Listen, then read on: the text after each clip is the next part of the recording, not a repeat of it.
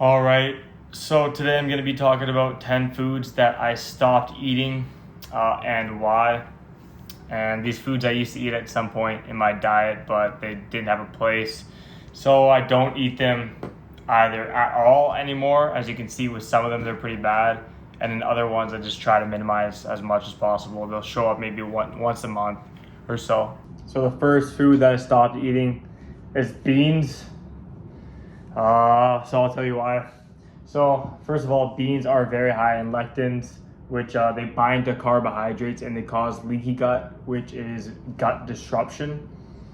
And they're also very inflammatory because of that. And then beans are legumes, which are high in phytic acid, and these bind to minerals and don't allow your body to absorb them and use them. Mineral examples would be zinc, iron, magnesium. So you definitely want to keep those in your body and be able to use them for hydration, sleep, and so on. And then also the protein in beans is not very bioavailable, meaning you can't absorb it and use most of the protein. It's similar to an egg white that's not cooked or an egg white that doesn't have its yolk. So yeah, it's not very bioavailable. But if you did want to keep beans into your diet, one thing that you could do is buy the dry beans itself and soak them overnight. That would break down the bean itself, and it would lower its lectins and phytic acid. And overall, they'd be less potent, easier to break down. They wouldn't restrict other minerals in your body from being available and absorbed. So if you do want to eat beans, that's an alternative and an option for you. All right. I just switched up the angle there, but we're back. So the next food is more obvious that I cut out. I don't even know if I ever really ate this, but seed oils. They are high in linoleic acid. Linoleic. It's tough to pronounce. Which is an omega-6 oil, and it causes chronic inflammation throughout your whole body because linoleic acid is a seed oil, part of the seed oil, which is stored in your cells, and you have cells all over your body. Seed oils oxidate easily, and they cause cell damage because they are stored in your cells.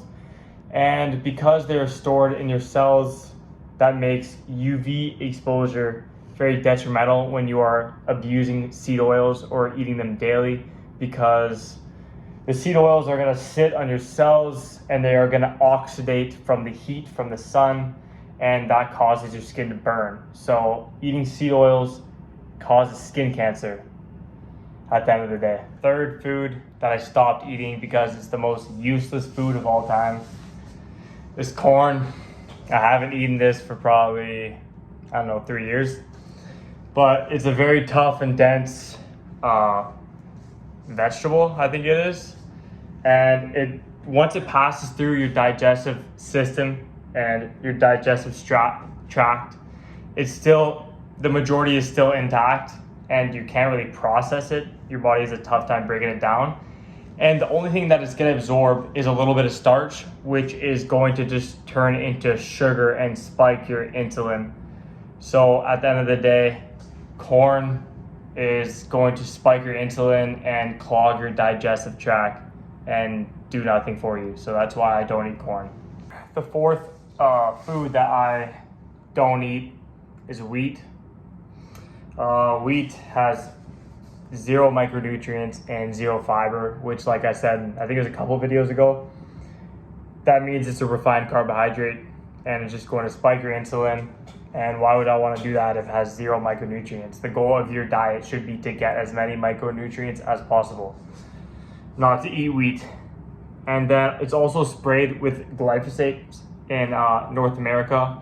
All of the crops are sprayed with glyphosates for the most part. And glyphosates are a carcinogen that are inflammatory. They're going to cause gut disruption. They're going to cause endocrine disruption, which is going to lower your testosterone and mess up all your hormones. So it's not just that wheat has no micronutrients and that it's a refined carb, but it's also that all the wheat that I can buy in Canada is covered in glyphosate. So there's 2 reasons why I'll never touch wheat. All right, the 5th food that I am never going to eat again, and I haven't eaten it for 4 years since I found out about this, is organic turkeys. So non-organic turkeys are fed corn and soy that are covered in pesticides and mass amounts of this, because the people that are selling you these turkeys and bringing them up want them as big as possible so they can make the most bang for their buck. And everybody around Christmas time and Easter is looking for the biggest turkeys to purchase. So the more corn and soy that these farmers feed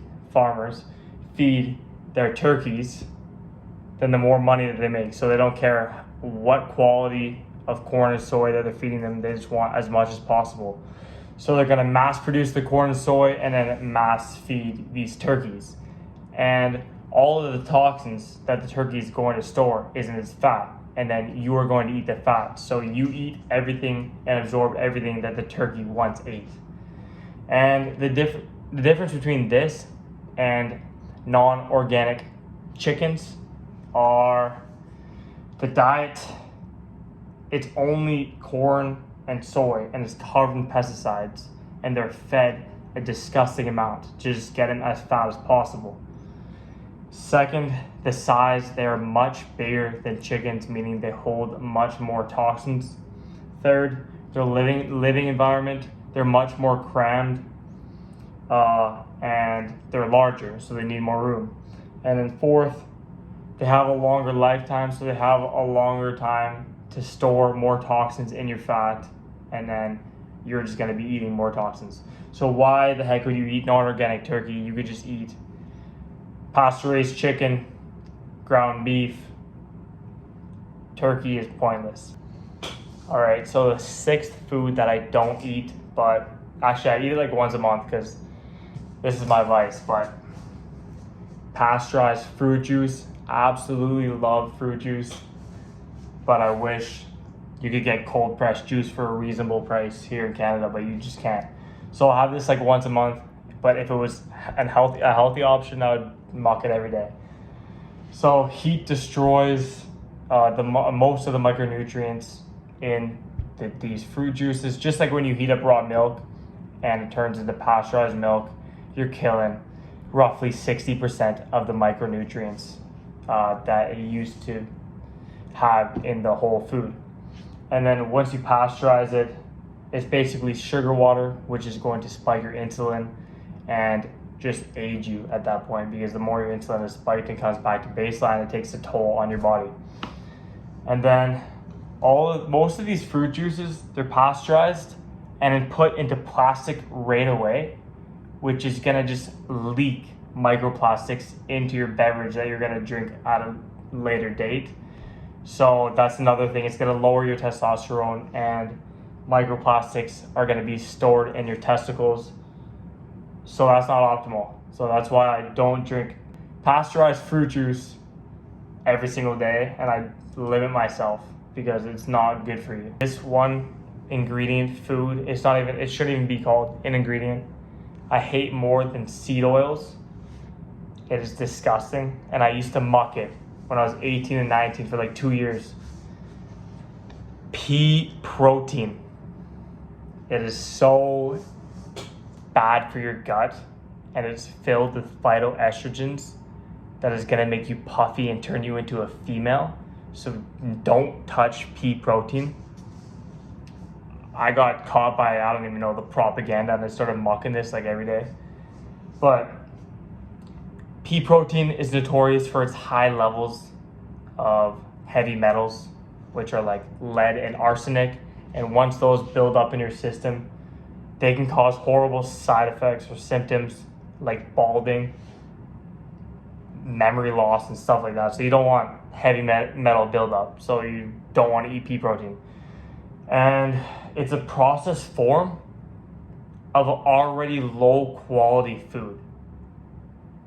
Like if I'm gonna eat a powder, I should eat a powder that's derived from beef liver. But why would I eat pea protein that's derived from a pea? that doesn't make sense at all. That's like eating, I don't even know, bean powder. This is just a joke. Pea protein's a joke. It causes inflammation. It upsets your stomach, and it also gave me absolutely brutal acne. And right when I stopped eating pea protein, my acne went away when I was 19. So, just overall a mess of a food and ingredient, and nobody should ever be consuming this. So the seventh food that I don't eat, I was gonna say on a regular basis, but I don't think I ever really eat canned tuna anymore. Canned tuna, it's a big fish and it lives long, so similar to the turkey, which lives long and is a big bird compared to the chicken. Tuna, it's a big fish and it lives long in comparison to other fish, which means it has more time and more room to store mercury.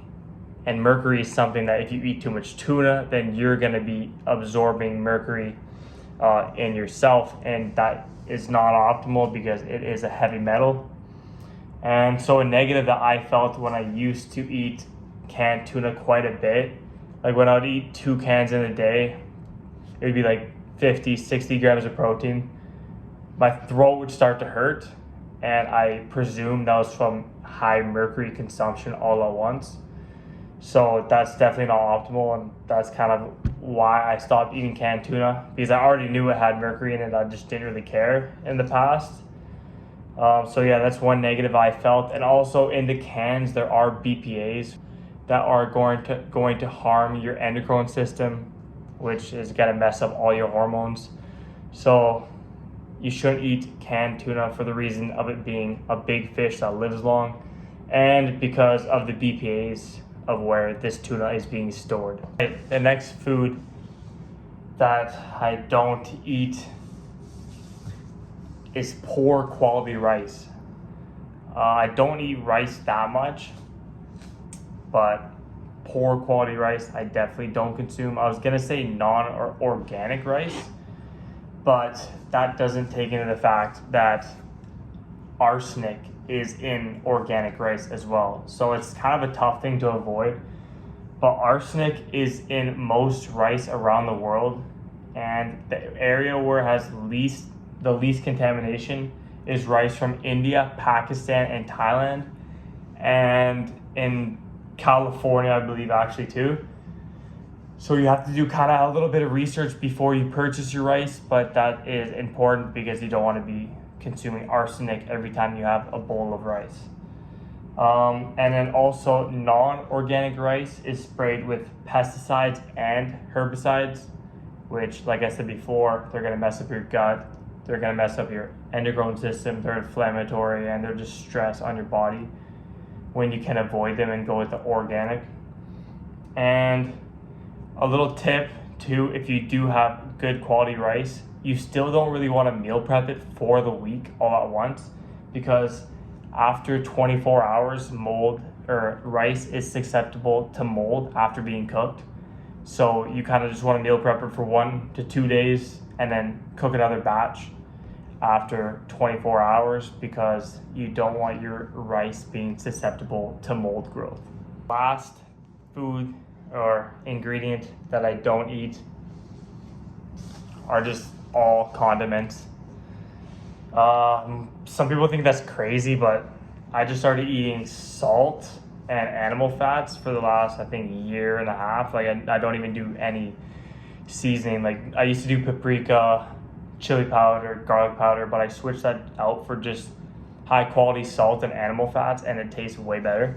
So, and then condiments I never really did anyways, because all of these condiments are going to find at least one of these things, which are seed oils, fillers, sugars, soy, glyphosate, preservatives, heavy metal, salt, like a low quality salt and sodium, or food dye. And I don't eat any of these bullshit ingredients. Therefore, I won't eat a condiment.